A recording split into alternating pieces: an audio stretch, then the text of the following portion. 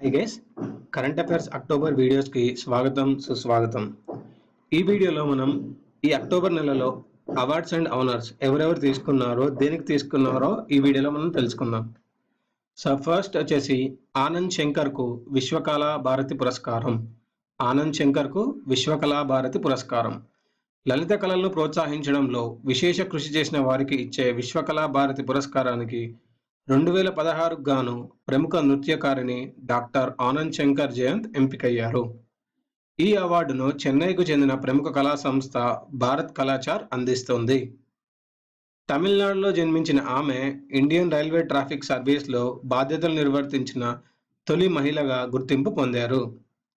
So ఇప్పుడు ఇందులో వచ్చేసి మనకి ఏ బిట్స్ అడగొచ్చో చూద్దామండి ఈ వివరణలో. సో ఫస్ట్ ఆనంద్ శంకర్కు విశ్వకళా భారతి పురస్కారం అనే దాంట్లో 2016 గాను విశ్వకళా భారతి పురస్కారం అందుకున్న మహిళ ఎవరు? ఆనంద్ శంకర్. నెక్స్ట్, ఈ విశ్వకళా భారతి పురస్కారాన్ని ఎవరు అందజేశారు? ఓకే, ప్రముఖ కళా సంస్థ భారత్ కళాచార్. నెక్స్ట్, ఆనంద్ శంకర్ ఎక్కడ జన్మించారు? తమిళనాడులో జన్మించారు. ఆనంద్ శంకర్ గారు ఎక్కడ వర్క్ చేసేవారు అంటే ఎక్కడ పనిచేసేవారు? ఇండియన్ రైల్వే ట్రాఫిక్ సర్వీస్లో బాధ్యతలు నిర్వర్తించిన ఆమె తొలి మహిళగా గుర్తింపు పొందారు. ఇదండి ఫస్ట్ అవార్డు అందుకున్న మహిళ ఆనంద్ శంకర్ గారు. రెండోది వచ్చేసి ఆర్ఏ మషేల్కర్కు centre for organisation development award. R A మషేల్కర్కు centre for organisation development award.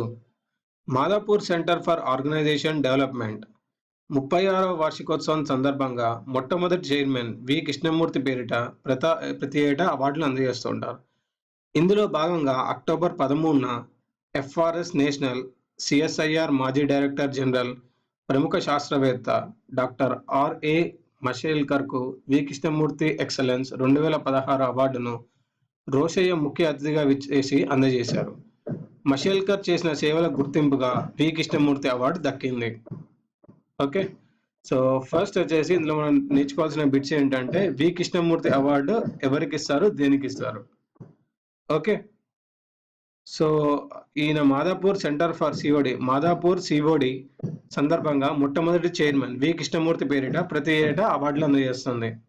Okay, Madhapur COD వచ్చేసి కృష్ణమూర్తి అవార్డుని అందజేస్తారండి ప్రతి ఏటా.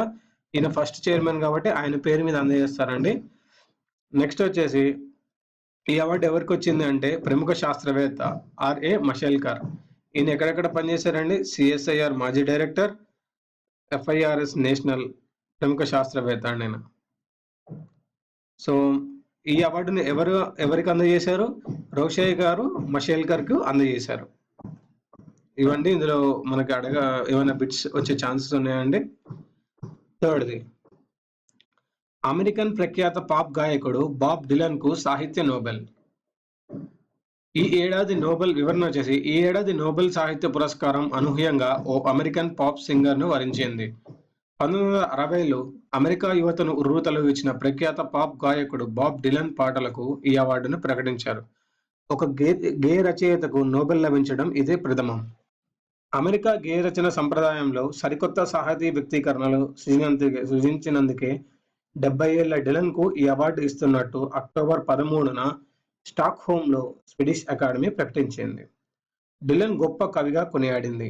54 ఏళ్ల సుదీర్ఘ కెరియర్లో ఆయన ఎప్పటికప్పుడు తన సృజనతో నూతనత్వాన్ని ఆవిష్కరించుకుంటారని కొనియాడింది. హోమర్, సాఫోల వరుసలో ప్రపంచంలో చిరకాలం గుర్తుంచుకునే కవుల పరంపరకు వారసుడిగా డిలన్ను గుర్తిస్తున్నట్టు ప్రకటించారు. 1913లో రవీంద్రనాథ్ ఠాగూర్కి నోబెల్ సాహిత్య బహుమతిని ప్రకటించినప్పుడు ఇదే ఊహాగానాలో నలుగుతుంది. కానీ ప్రధాన పోటీదారుడిగా ఏనాడు వెలుగులోకి రాలేదు. గత ఏడాది కూడా వ్యక్తుల స్వాగతాలను డాక్యుమెంటరీ రూపంలో సంకలనం చేసిన బెలారస్ రచయిత్రికి నోబెల్ బహుమతిని ప్రకటించింది. నోబెల్తో పాటుగా బాబ్ డిలన్కు $9 లక్షల అంటే 6 కోట్ల నగదును బహుమతిగా లభించింది. డిసెంబర్ 10న అవార్డుల ప్రదానం ఉంటుంది.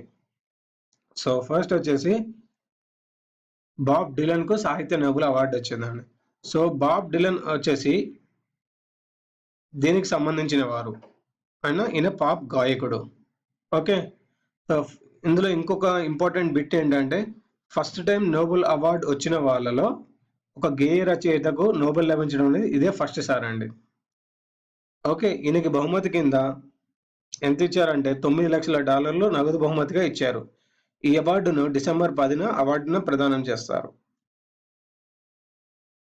నెక్స్ట్ ఓలివర్ హార్ట్ హోమ్స్ట్రామ్‌లకు ఆర్థిక శాస్త్రంలో నోబెల్.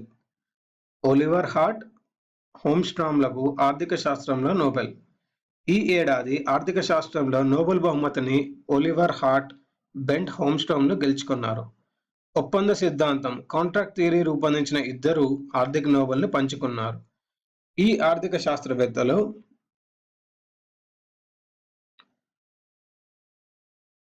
అందించిన సూత్రాలతో కాంట్రాక్ట్లు అవుతుందని నోబెల్ కమిటీ అభిప్రాయపడింది.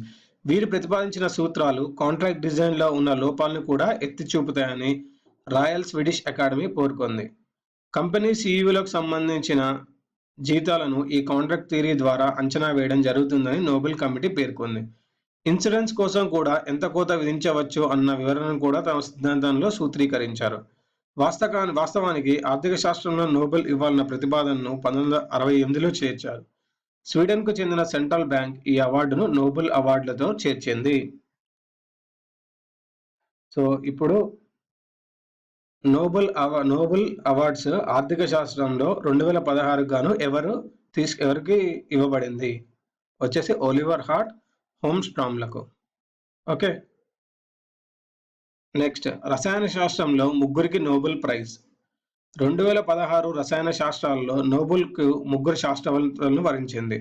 ఫ్రాన్స్‌కి చెందిన Jean Pierre Sauvage, Fraser Stoddart Scotland, Netherlands శాస్త్రవేత్త బెర్నార్డ్ ఫెరింగాలు మాలిక్యులర్ మెషిన్స్ అంశంలో చేసిన కృషికి గాను నోబెల్ దక్కింది.